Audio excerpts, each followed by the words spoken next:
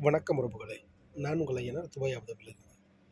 இப்போ பார்த்தீங்கன்னா, ஒரு செய்தி நியூஸில கேட்டேன். உண்மையிலேயே லாகவா லாரன்ஸ் அவர்களையும், அ கேபிஒய் பாலா 2 பேரையுமே மனதார பாராட்டுறேன். ஏன்னா, வந்தவாசி பகுதிகள்ல, அரசு பள்ளிக்கூடங்கள்ல பாத்ரூம் வசதி ரொம்ப கம்மியா இருக்கு, ரொம்ப சிரமப்படுறாங்க மாணவ, மாணவிகள் அப்படின்ட்டு பாலாட்ட தெரிவிச்சிருக்காங்க. பாலா போய் நேர்ல போய் பார்த்துருக்காப்புல. பார்த்துட்டு அவர் ஒரு ரூ. 5,00,000 ரெடி பண்ணி வச்சிருக்காரு. ரெடி பண்ணி இந்த பாத்ரூம கட்டி, மேல சீட்டு போட்டு குடுத்துருவோம் அப்படின்னு சொல்லி பாலா ரெடி பண்ணியிருக்காப்புல. அப்புறம் ரூ. 2,00,000 பத்தலையே, ரூ. 7,00,000 ஆகும்னு சொல்றாங்களே அப்படின்ட்டு லாகவர்லார் அழைச்சிட்டு போய், "அண்ணா ஒரு ரூ. 2,00,000 குடுங்கண்ணா. இந்த மாரி அரசு பள்ளிக்கூடத்தில வந்து பாத்ரூம் வசதி ரொம்ப இல்லாம கஷ்டப்படுறாங்க. அவங்களுக்கு பாத்ரூம் கட்டி குடுக்கலாம்னு நினைக்கிறேண்ணா. ரூ.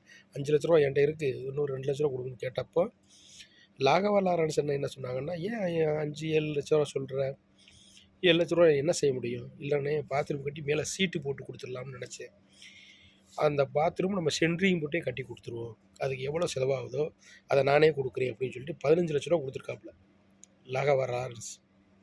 "நீ வச்சிருக்க ரூ. 5,00,000 வேற யாருக்காச்சும் ஏதாச்சும் ஒரு உதவி பண்ணு" அப்படின்னு சொல்லி, உண்மையிலேயே அரசாங்கம் பண்ண வேண்டிய வேலைய இவங்க 2 பேரும் சேர்ந்து அந்த அரசு வந்தவாசி பகுதியில அந்த அரசு பள்ளிக்கூடத்தில பாத்ரூம் வசதிய பண்ணி குடுத்து அருமையா பண்ணி குடுத்துருக்காங்க.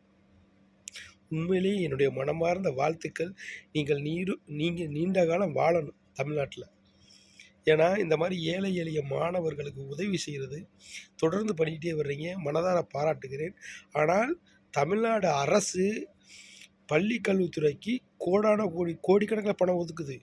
ஆனால் இன்னமும் அரசு பள்ளிக்கூடங்கள்ல பாத்ரூம் வசதிகள செய்து தரவே முடியல. அப்ப என்ன காரணம்? சிந்திச்சு பாருங்க மக்களே. நன்றி.